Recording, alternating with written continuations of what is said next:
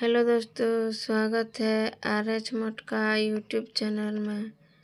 ये है धनवंतरी चार्ट। ये 22 जून 2026 सोमवार के लिए रहेगा।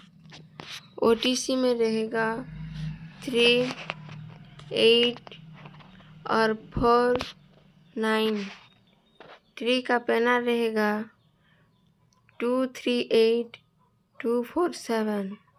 जोड़ी रहेगा 3, 0, 3, 5।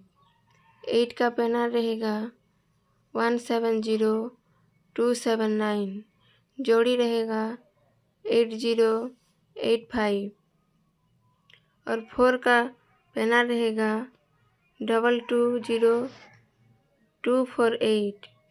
जोड़ी रहेगा 4, 1, 4, 6। 9 का पैना रहेगा 1, 3, 5, 1, 8, 0। जोड़ी रहेगा 9, 1, 9, 6।